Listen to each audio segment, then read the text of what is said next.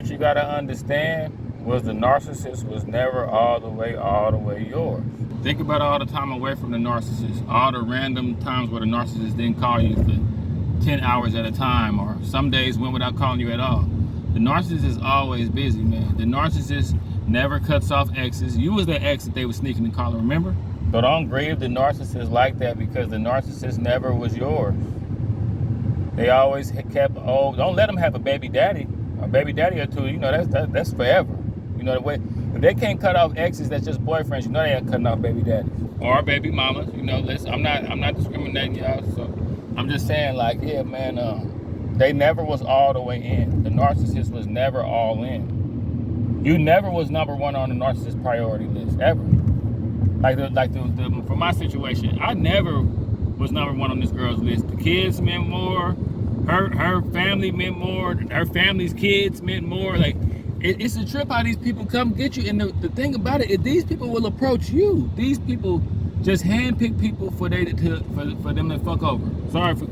They handpick people to mess over. You know what I'm saying? But like, the narcissist was never all the way in. They always had somebody to vent to when you just went against one of their rules, or when you got mad about them when they got mad at you for respecting your boundaries, or when they got mad at you for fighting back, or when they got mad at you for being a bigger person and walking away, you know, and not engaging in arguments. They always had somebody to go vent to. You know, their enablers, the toxic family, it's a cult. It's a trip, because the toxic people, narcissistic people, like this girl's mom was a narcissist, her sisters were narcissists. She comes from a narcissistic family, and it's a curse.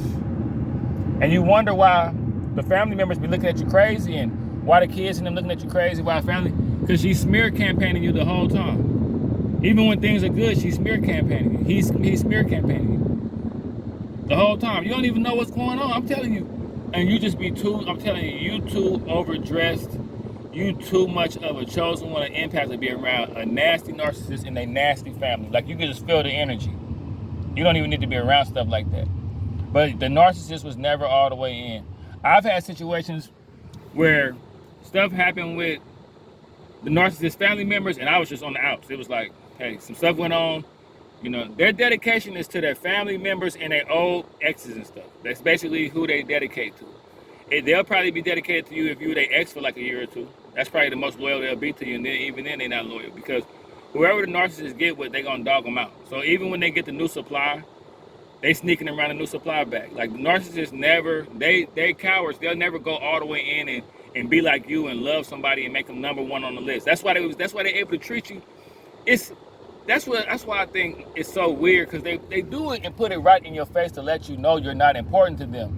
But I think it's something about the love bomb phase. It's like they almost know who to put that on or something. You know, I was just waiting for somebody to love me the right way. I had just went through something bad from another narcissist.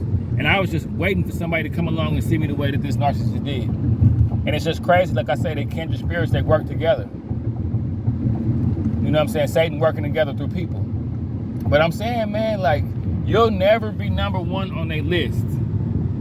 If they have kids from another man, if he have kids from another woman, they number one. You just don't know it. The family, the brothers or sisters, they number one. The mom and them, they number one. You're never number one. That's why they can discard you so easily. Everybody's more important than you. You know what I'm saying? When you're dealing with a narcissist. And they always got some, like, when they break up with you, it's not that they get in a relationship so fast. A lot of people think, oh, well, the narcissist broke up with me and they was in a relationship this fast. Nah, they already had that person.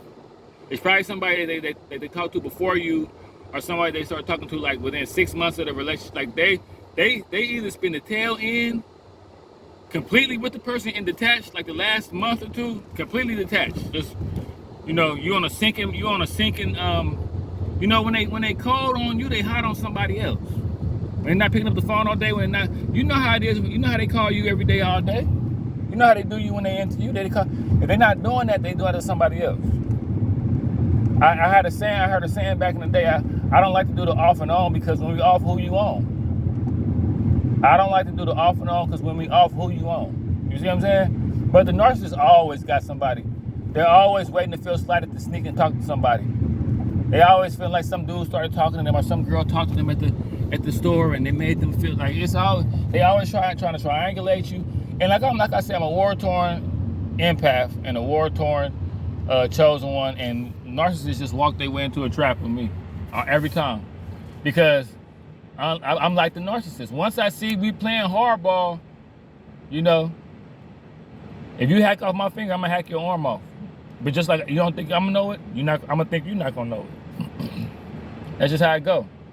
You know, I've been fighting with narcissists my whole life, man. This been like, you know, and I'm not trying to overdo it. I'm just being real, like every other person that make narcissist content. This what make it so good is like I know these people like the back of my hand. Narcissists, they never, even if you can have narcissistic ways as well. You don't have to be a narcissist. You could think dark and have narcissistic ways and never be faithful to a woman, but you might not. Say for instance, you will be a dude that's never faithful to a woman ever in your life. You're not gonna sit up there and try to dehumanize the woman or make her feel terrible the way a narcissist will, but that's a narcissistic thing, to never be faithful to nobody. The narcissist isn't faithful to nobody. You never had the narcissist, so don't grieve that hard. Don't grieve so hard over the narcissist. You never had her like that. You never had them like that. They always had you triangulated.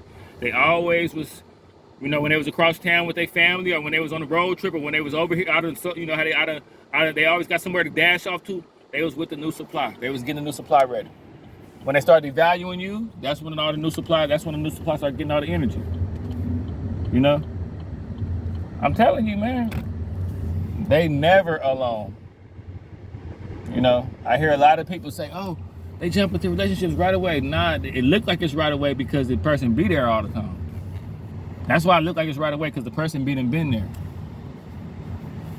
You know what I'm saying? They just finally say, hey, I got rid of them, or I got rid of her, now we can be all the way. And then that's when they gonna start sneaking around on that person. You know what I'm saying? Narcissists can't be alone. They never jump in. I've never seen any of them I've never seen any of them discard without having a backup plan. They all have a backup plan. And I know that's a hard thing to swallow. I know that's a tough pill to swallow, but you never had the narcissist to yourself. The way people say, you never was the apple of the narcissist's eye. They're not capable of doing nobody like that. They look at themselves like that. But you never was, the way you sit up there and you was ready to make sacrifices. Remember, think about it. The narcissist sold you a bunch of future dreams. Y'all never, when y'all lived together, it didn't work out. When y'all tried to put something together, it never worked out. Yeah, some of the stuff y'all never even got to. But the narcissists, like they're self-preservationists. They'll kick you while you down. And when they discard you, the nasty side that come out, that's who they really are. They just nasty people. But yeah, it's mandatory to them. They think triangulating you and having. I remember one time I was with this girl, some dude, random dude, just called out of nowhere. Just, I'm like, who was that? Oh, this dude. He's married. And I remember my mind thinking, why is a married man calling you? Oh, his wife, me and him and his wife. Like they'll tell you, like I said, they lie like that. I knew she was lying. Me and his wife. And then she told me later. This is what she told me later. Oh, well, you know, I never told you, but he kind of had a little crush on me. I never, you know. Okay, so didn't you tell me that you be talking to him and his wife and all that? Well, if you knew he had a crush on you and stuff like that, why would you just sit up there and talk with him? Anyway, don't be mad off losing the narcissist. You never had the narcissist. The family members was more important than you. The family members' kids was more important than you. The family members' dog was more important. You never was number one to the narcissist. So don't grieve over somebody. It hurts you because the narcissist was number one to you. And I say this too. And I'll make a short out of this. I'll make a quick short out of this one probably tomorrow. But like, say for instance, a guy like me. You know, I have two baby mamas. It's unfortunate. My kids are not close. They like 6 years apart. So I was in 2 different relationships. I got 2 baby mamas. But like, the worst thing you could do when you're in a situation like that is deal with a narcissistic woman where everybody is more important than you. Because like, okay, you already not around your kids. The baby mama's probably got a dude that's more important than you. Of course they are, because they moved on with their life. So then you met this girl over here. You like a bachelor over here because you don't see your kids, you're not in their life. And you know, you're important to your kids. It's almost like this woman, you could be important to her. You know what I'm saying? You could be important, but her family and everybody else is more important. It can end up in a dark place. It can end up in a dark place if you're a dude that got 2 baby mamas, a baby mama, and you meet a narcissist, and she puts you on the island too, like, hey, I'm your girl, but you on the island too because everybody else is more important than you. She might have kids, but listen, I can go on and on and on, y'all. I can go on and on and on. I know it's a tough pill to swallow. but you never, ever had the narcissist to yourself. The narcissist was never all the way in like that. That's why you could see, that's why they discarded you the way they did. Because they never was all in like that.